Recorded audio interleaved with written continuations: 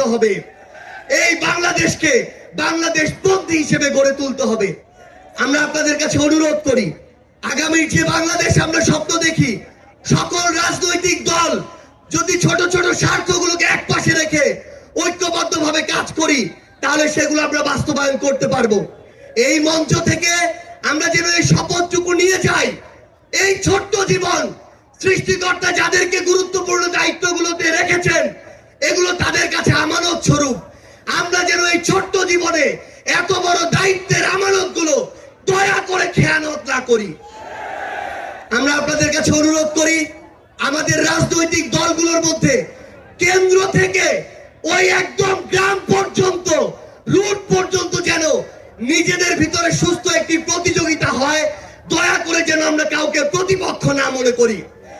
আমরা যদি যারা বড় রাজনৈতিক দল রয়েছি ছোটদেরকে ধীরে ধীরে সামনে এগিয়ে যেতে না দেই, তাহলে আমাদের মধ্যে ধীরে ধীরে এমন একটি মানসিকতা আসবে, যে মানসিকতা হয়তো আমাদেরকে ধীরে ধীরে একটি স্বৈরাচারী আচরণের দিকে নিয়ে যেতে পারে।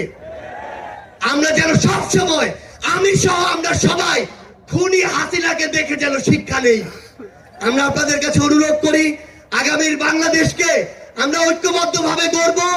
এবং একটা জিনিস শুধু মনে রাখবেন, দিন শেষে দেশ এবং মানুষের স্বার্থকে সবার আগে রেখে যদি আমরা এগিয়ে যেতে পারি, তাহলে আমাদের কাঙ্ক্ষিত বাংলাদেশ সম্ভব। আপনাদের সাথে লড়াইয়ের রাজপথে অথবা বিজয় দেখা হবে।